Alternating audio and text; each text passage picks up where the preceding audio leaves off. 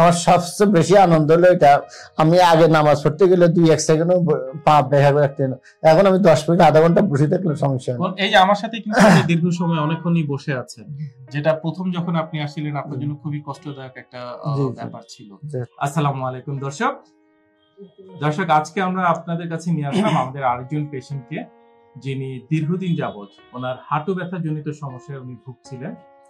উনি মূলত একজন প্রবাসী, উনি ইতালিতে থাকেন এবং ওখানকার উনি সিটিজেন, আর চিকিৎসার জন্য বাংলাদেশে এসেছিলেন এবং সাথে উনি যখন এসেছেন ওনার ওয়াইফকেও নিয়ে এসেছিলেন চিকিৎসার জন্য। দুইজনই আমাদের এই ডিপিআরসি হসপিটালে ভর্তি থেকে ট্রিটমেন্ট নিয়েছেন। দর্শক আসুন ওনাদের কাছ থেকে আজকে ওনাদের রিভিউটা আমরা শুনবো। তার আগে ওনাদের পূর্ণ পরিচয়টা আগে আমরা একটু জেনে নিই। আসসালামু আলাইকুম। আসসালামু আলাইকুম। ওয়ালাইকুম আসসালাম। স্যার আপনার নাম এবং পরিচয়টা যদি একটু বলেন। স্যার আমার নাম হচ্ছে মোহাম্মদ নিজামউদ্দিন, আমার দেশের বাড়ি নোয়াখালী।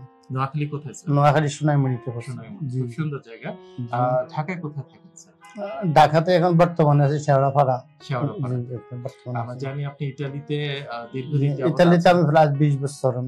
তার মানে জীবনের অনেকটা সময় ইতালিতে ওই থাকা অবস্থার কারণে আমি ইতালিয়ান নাগরিক আছি, পাসপোর্ট জমা দিয়েছি। তারপরে আমার 2 ছেলে বর্তমানে ইতালিতে আছে, আমার ওয়াইফ ইতালিতে আছে। আর ছেলের বোর জন্য আমি স্পন্সর ভিসা নিয়ে আসছি।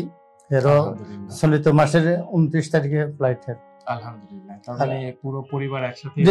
আমরা 5 জনের সদস্য এখন বর্তমানে।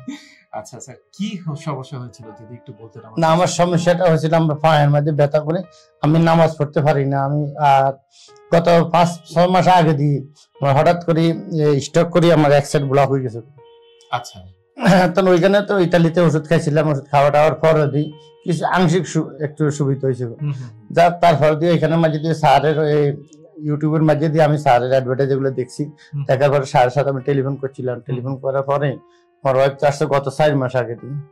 তাহলে আমার বলছিলাম যখন আসেন আমাকে এখানে আসার পরে দিই, তারপর দিই আমি দেখার পরে দিই কি করতে হইব না করতে হইব বিস্তারিত জানবো। যাক আপনি জানেন এখানে আসছি, আসার পর আমি ইতালি যে কাগজপত্র আছিল বা আমি এক্সরে করেছি সেগুলো আমার পুরো বডি চেক আপ করেছি। ওই আমি 6টা সিরিক অ্যাসিড দিয়েছি। ওই সিরিক অ্যাসিডের মাঝে আমার ডকুমেন্টের নাম যেটা, ওই সিরিক অ্যাসিডের মাঝে ওই নাম আছে। স্যার এগুলো দেখছে, দেখার পর বলছে এগুলো তো ইতালিয়ান ভাষা, ইতালিয়ান। এখন আমাদের এখানে আসতে আমরা ভর্তি হইতে হবে। যাক আলহামদুলিল্লাহ এখানে আমি ভর্তি হওয়ার পর ধরে ওষুধ খাইতেছি ওনার সাজেশন মতন। মোটামুটি আলহামদুলিল্লাহ আমি 12 দিন এখন বর্তমানে সুস্থ আছি। এখন আরো যদি 7-10 দিন থাকতে পারতাম তাহলে মোটামুটি পুরোপুরি সুস্থ হয়ে যেতাম। এখন বর্তমানে আলহামদুলিল্লাহ আল্লাহ দিলে ভালো আছে। কতদিন হয়েছে আমাদের এখানে? এখানে আসছে আমি 25 তারিখে ভর্তি হয়েছি। 25 তারিখে ভর্তি। আচ্ছা, আর আজকে হচ্ছে স্যার 2 তারিখ, তার মানে নিয়ার অ্যাবাউট প্রায় 7 দিন। তো 7 দিনই এতটুকু ইমপ্রুভ, যদি আরো না আলহামদুলিল্লাহ আরো 7-10 দিন থাকতে। আমার একটু এসে আমার বড় বোন একটু অসুস্থ, আমার বড় বোনের একটু দেখতে দেশের বাড়ি, তার বাবা মামা অনেক বাবা আমি ইতালিতে আসছি, আমি এখনো দেশে যাইনি। বুঝতে পেরেছি স্যার। আমাদের দেশে বলেন বা দেশের বাইরে বলেন এরকম অসংখ্য মানুষ আছেন যারা দীর্ঘদিন যাবত এই ধরনের সমস্যায় ভোগেন, তাদের জন্য কিছু বলবেন স্যার? স্যার আমার বর্তমানে সুবিধা হলো কোনটা, যখন আমি ইতালিয়ান নাগরিক হয়েছি আমার ডাক্তারি হইতে ফার্মেসি হইতে সবকিছু ফ্রি।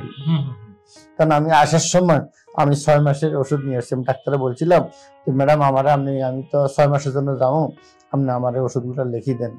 তো লিখে দেওয়ার পর ডাক্তার আমার বলছিল কি যেখানে এক্সরে করেছে আমার এই দোনো পায়ের গিরের ভিতরে দিই ভিটামিন নাকি সমস্যা, এই কারণে আমি অনেক টাইমে নামাজ পড়তে গেলে বসে থাকতে পারি না।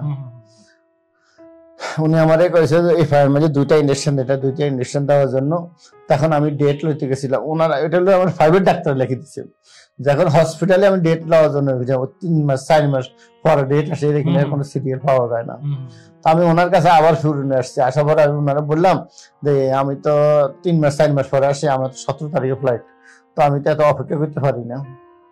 তাহলে আপাতত ওষুধ নিয়ে যান, ডাক্তার যখন আবার আসবেন তখন আপনার এগুলো দেওয়া হবে। তাই আমার কিছু ভিটামিন জাতের ক্যালসিয়াম জাতের ওষুধ দিচ্ছে যেন কি আমার শরীর সুস্থ হয়। তো এখানে আসার পরে যাক স্যারও যেভাবে শাসন করছে মোটামুটি আলহামদুলিল্লাহ আমি আগে তো অনেক ভালো আছি। আলহামদুলিল্লাহ ভালো আছি। আমার সবচেয়ে বেশি আনন্দ হলো এটা, আমি আগে নামাজ পড়তে গেলে 2-1 সেকেন্ড পা দেখা রাখতে, এখন আমি 10 মিনিট আধা ঘন্টা বসে থাকলে সমস্যা নেই। এই যে আমার সাথে কিন্তু দীর্ঘ সময় অনেকক্ষণই বসে আছেন, যেটা প্রথম যখন আপনি আসছিলেন আপনার জন্য খুবই কষ্টদায়ক একটা ব্যাপার ছিল।